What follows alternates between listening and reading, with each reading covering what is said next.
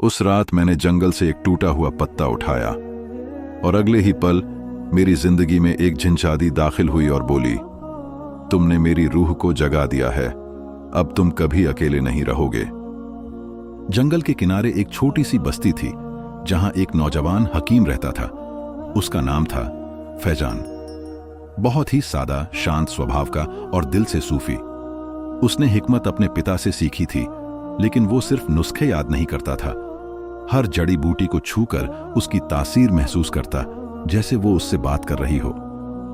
हर तीसरे दिन वो जंगल जाता, गहरे और पुराने जंगल में जहां सूरज की रोशनी भी धुंधली हो जाती थी। वो चुपचाप पेड़ों, खामोश घास और नरगिस के फूलों के बीच अपनी थैली लिए जमीन से बूटी खोजता। एक दिन जब दिन की रोशनी मध्यम हो रही थी और शाम की हवा में ठंडक घुल चुकी थी, फैजान को एक चमकती हुई नीली सी जड़ी बूटी दिखी। वो आम पौधों जैसी नहीं थी, उसके पत्ते सांप की खाल जैसे थे और उसमें से हल्की सी रोशनी निकल रही थी।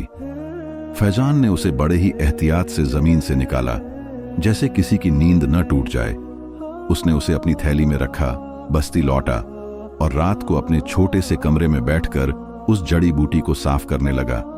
जब उसने पत्तों को पीसकर खरल में रखा और पत्थर से रगड़ना शुरू किया, तभी उसमें से एक नीली रोशनी निकलकर दीवारों पर थिरकने लगी। कमरे की फिजा बदल गई। खुशबू वैसी थी जैसे सदियों पुरानी बारिश की मिट्टी की हो। फैजान के हाथ कांपने लगे, दिल बेचैन हुआ, लेकिन उसने खरल चलाना नहीं रोका। अगली सुबह जब वो फिर उसी जगह पहुंचा जहां से वो बूटी लाया था, तो देखा कि वहां अब कोई पेड़ या घास नहीं थी, बस एक नीला सा घेरा था और उसके बीच एक अजीब सी मौजूदगी खड़ी थी। एक औरत, नहीं, शायद कोई झिंझादी। उसकी आंखें नीले पानी जैसी, बाल काली रात जैसे और बदन पर हल्का सफेद कपड़ा जैसे धुंध से बना हो। वो बस उसे देखती रही, फिर बोली, जो बूटी तुम कल यहां से ले गए थे वो मेरी थी, मेरी सदियों पुरानी अमानत। फैजान का दिल जोर से धड़का, लेकिन उसने नजरें नहीं झुकाईं। मैं हिकमत के लिए लाया था, मैंने कोई नुकसान नहीं किया। वो मुस्कुराई, लेकिन उसकी मुस्कान में कोई राज छुपा था। तुमने उसे छुआ, पीसा और जगा दिया, अब तुम उसके असर से नहीं बच सकते। फैजान ने पलकें झपकाईं, जैसे कुछ समझने की कोशिश कर रहा हो। क्या मतलब? वो बूटी सिर्फ दवा नहीं, एक दरवाजा है। उससे जो रोशनी निकली वो मेरे और तुम्हारे बीच का पर्दा था। तुमने उसे हटा दिया, अब हम जुड़े हुए हैं, चाहो या ना चाहो। फैजान चुप रहा, जैसे शब्द उसकी जुबान पर रुक गए हों। तुम्हें वक्त के साथ सब समझ आ जाएगा, लेकिन याद रखो, जिस रास्ते पर तुम चल पड़े हो उसकी वापसी नहीं है। इतना कहकर वो मौजूदगी हवा में घुल गई, लेकिन उसके जाने के बाद भी वहां नीली रोशनी देर तक चमकती रही। फैजान लौट आया, लेकिन उस रात उसे नींद नहीं आई। जब भी आंखें बंद करता, वही आंखें, वही नीली रोशनी, वही खामोश पुकार। अगले दिन उसने उसी जड़ी बूटी से एक दवा बनाई और गांव की एक बीमार बच्ची को दी। वो बच्ची सालों से बिस्तर पर थी। कुछ ही देर बाद उसने पहली बार अपनी आंखें पूरी तरह खोलीं और मुस्कुराई। फैजान हैरान रह गया, लेकिन उसकी हैरानी उस रात और गहराई। जब वो सोने गया तो खिड़की से वही नीली रोशनी फिर कमरे में आई और उसके सामने वही झिंझादी खड़ी थी। तुमने बूटी का पहला रहस्य पा लिया है, लेकिन ये तो सिर्फ शुरुआत है। क्या तुम इंसानों की दुश्मन हो? फैजान ने पूछा। नहीं, लेकिन हर रहस्य का एक रक्षक होता है और तुम नादान हो। तुमने वो रहस्य छुआ है जिसे जिन्हों की बेटियों ने सदियों से छिपा कर रखा है। फैजान का दिल कांप रहा था, लेकिन उसकी आंखें स्थिर थीं। तो अब क्या होगा? वो उसके करीब आई, धीरे से बोली, या तो तुम इसे पूरा करोगे या फिर यह रहस्य तुम्हें खत्म कर देगा। उस रात नींद तो आ गई, लेकिन सपना आम नहीं था। फैजान ने खुद को एक सुनसान वीराने में खड़ा पाया। चारों तरफ सन्नाटा, जमीन पर रेत और दूर एक नीला रोशनी का स्तंभ जो आसमान से जमीन तक गिरा हुआ था। उसी रोशनी के नीचे वही झिंझादी खड़ी थी। तुमने पहला दरवाजा खोला है, अब अगला दरवाजा सिर्फ सपनों से खुलेगा। फैजान उसके पास जाना चाहता था, लेकिन जमीन उसके कदमों के नीचे मुलायम होती गई और वो नींद से जाग गया, पसीने में तर, दिल जोर से धड़कता हुआ। सुबह उसने जंगल नहीं गया, बल्कि सीधे उस बच्ची के घर गया जिसे उसने दवा दी थी। तुम कैसी हो? उसने पूछा। बच्ची की मां ने रोते हुए बताया कि वो पूरी तरह ठीक हो चुकी है। कल रात उसने पहली बार अपने हाथों से खाना खाया। फैजन चौंक गया, लेकिन उसी पल उसके जहन में एक सवाल आया। अगर ये दवा इतनी असरदार है तो जिनजादी ने डराया क्यों? शायद हर ताकत की कोई कीमत होती है। शाम को वो फिर जंगल गया, उसी जगह जहां से वो बूटी मिली थी, लेकिन इस बार वहां कुछ बदला हुआ था। जमीन पर आधे घेरे में 5 काले पत्थर रखे थे और उनके बीच में एक पुरानी मिट्टी की पट्टी जिस पर अजीब सी भाषा में कुछ लिखा था। वो भाषा न अरबी थी, न फारसी, न इब्रानी, लेकिन फिर भी वो कुछ कुछ समझ रहा था, जैसे शब्द खुद ब खुद उसके जहन में अनुवाद हो रहे हों।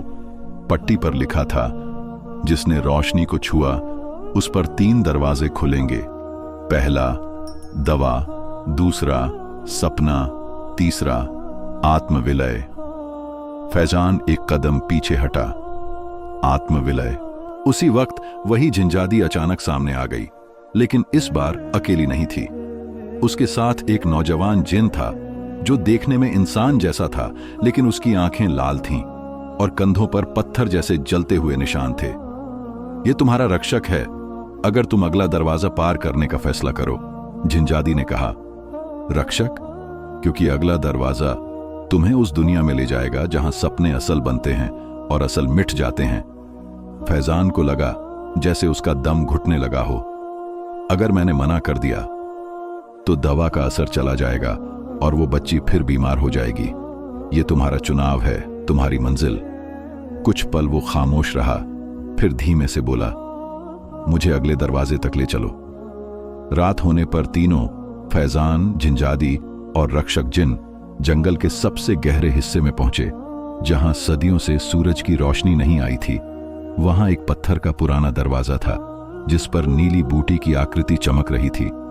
यह दूसरा दरवाजा है, इसे सिर्फ सपनों में खोला जा सकता है, लेकिन एक शर्त है, जिनजादी ने कहा। क्या शर्त?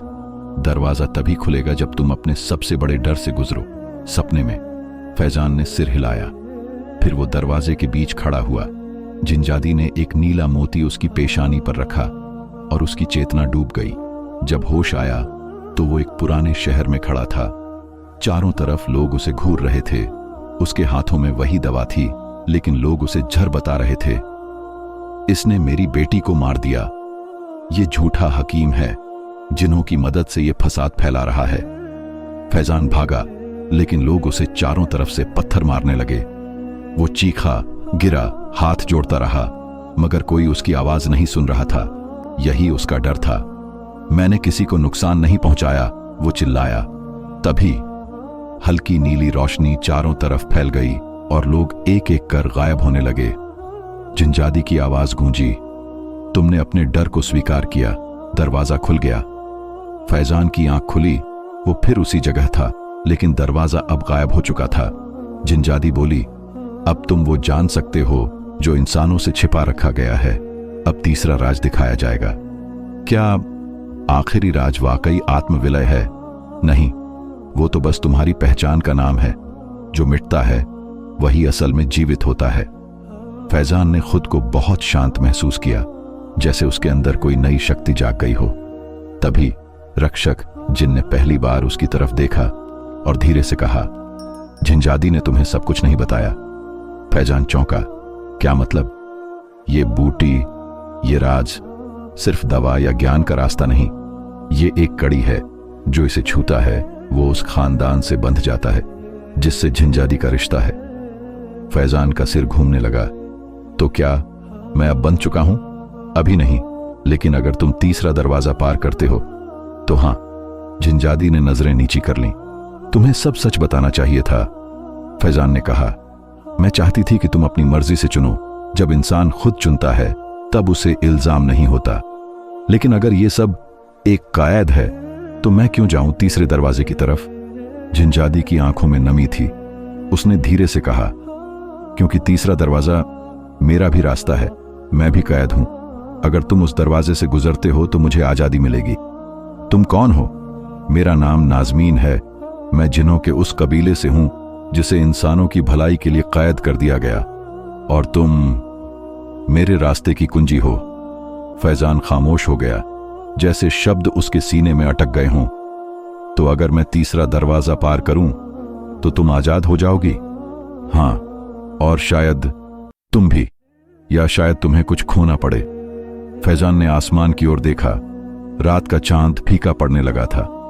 कल रात आखिरी दरवाजे के लिए तैयार रहो, लेकिन उससे पहले तुम्हें फैसला लेना होगा। रक्षक जिन पीछे हटा और चुपचाप गायब हो गया। उस रात फैजान ने नींद नहीं की।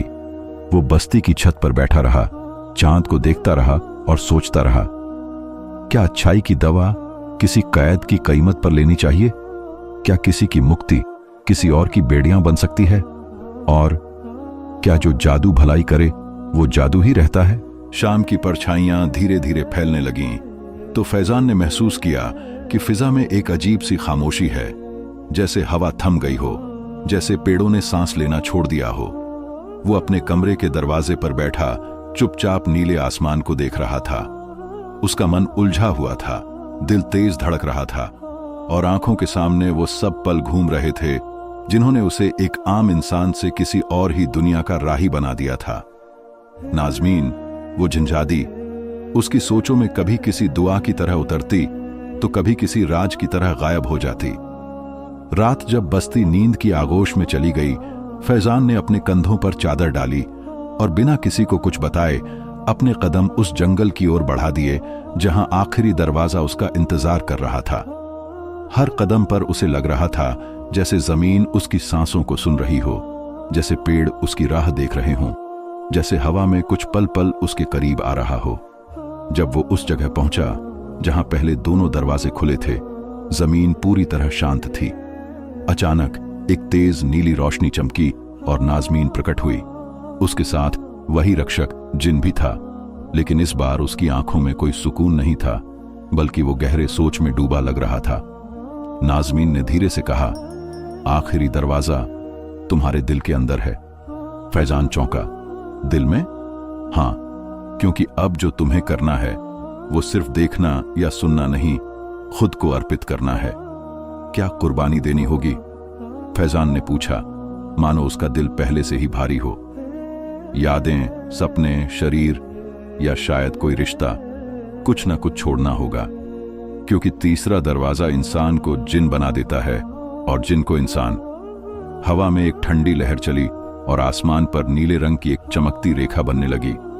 फैजान ने धीमे से पूछा, अगर मैंने ये सब नहीं किया तो क्या होगा? तो वो दवा, वो शिफा जो तुमने बांटी, सब खत्म हो जाएगी। हर वो व्यक्ति जो ठीक हुआ फिर बीमार हो जाएगा, और मैं हमेशा के लिए कैद रहूंगी। फैजान की नजरें झुक गईं। एक ओर इंसानियत थी, दूसरी ओर एक जिनजादी की कैद, और तीसरी ओर उसका अपना वजूद। अचानक नाज़मीन ने उसका हाथ थामा। अगर तुम दिल से तैयार हो तो आंखें बंद करो, आखिरी दरवाजा खुद ब खुद खुल जाएगा। फैजान ने आंखें बंद की। अगले ही पल जमीन उसके पैरों के नीचे से हट गई। वो एक ऐसी जगह पहुंचा जहां ना वक्त था ना दिशा, चारों ओर सिर्फ रोशनी थी। एक सुंदर पेड़ उसके सामने उगा जो हर पल बदलता रहा, कभी बचपन के किसी पेड़ जैसा, कभी मां की गोद जैसा, और कभी किसी भूली हुई दुआ जैसा। फिर उसके सामने एक आईना उभरा, चमकता हुआ, पारदर्शी। ये क्या है? उसने धीमे से पूछा। नाज़मीन की आवाज अब बाहर नहीं, उसके भीतर से आई। ये तुम हो, तुम्हारी असलियत। अगर तुमने इसे स्वीकार कर लिया तो आखिरी दरवाजा खुल जाएगा। फैजान ने आईने में देखा, और जो उसने देखा उससे उसकी सांसें थम गईं।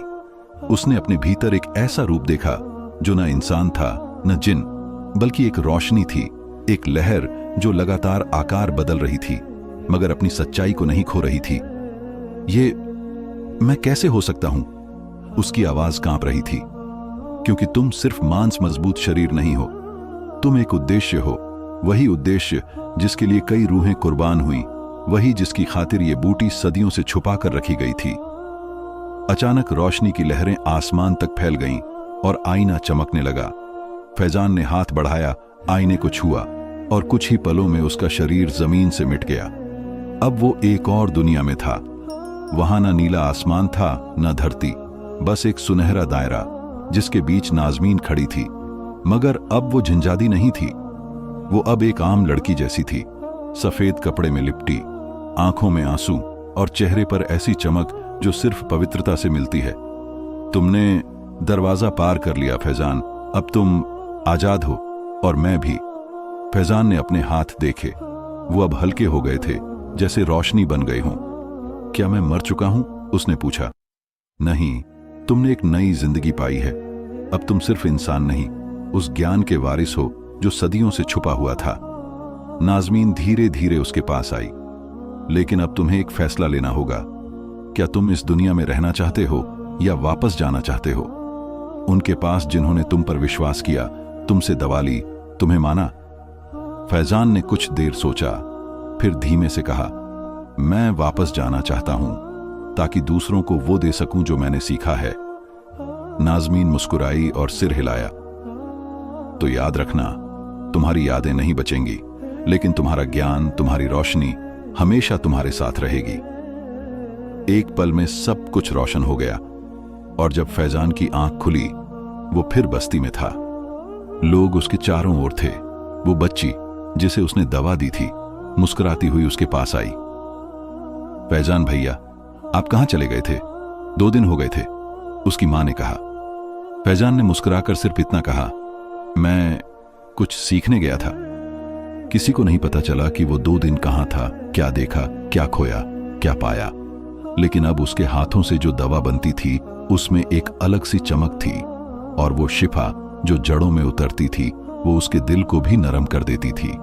नाज़मीन कभी फिर दिखाई नहीं दी, लेकिन कभी कभी जब फैजान छत पर बैठता तो उसे लगता हवा में नीली रोशनी सी कोई चीज लहराती है।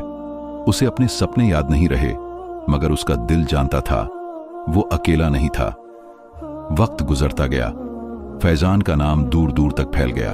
वो दवा बनाता रहा, बच्चों को सिखाता रहा और जरूरतमंदों की मदद करता रहा। एक दिन जब वो अकेला जंगल में बैठा जड़ी बूटियां चुन रहा था, एक छोटा सा बच्चा उसके पास आया। उसके हाथ में नीला सा पत्ता था, बिल्कुल वैसा ही जैसा फैजान ने बरसों पहले पाया था। बच्चे ने पूछा, बाबा ये क्या है? फैजान ने पत्ता लिया, उसे ध्यान से देखा और धीरे से कहा, ये एक दुआ है और शायद किसी की अमानत। उसने आसमान की ओर देखा और एक पल को उसे लगा जैसे नीली रोशनी की एक छोटी सी किरण हवा में नाच रही हो। कहानी खत्म नहीं हुई थी, शायद अभी तो शुरू हुई थी, क्योंकि जो रहस्य एक बार खुल जाए वो पीढ़ियों तक सांस लेता है। और कभी कभी कोई और भी फैजान की तरह जंगल में दाखिल होता है, एक बूटी चुनता है और वही सिलसिला फिर से शुरू हो जाता है। कुछ कहानियां वक्त से बंधी नहीं होती, वो बस दरवाजे बदलती हैं और कभी कभी एक सपने से गुजरती हैं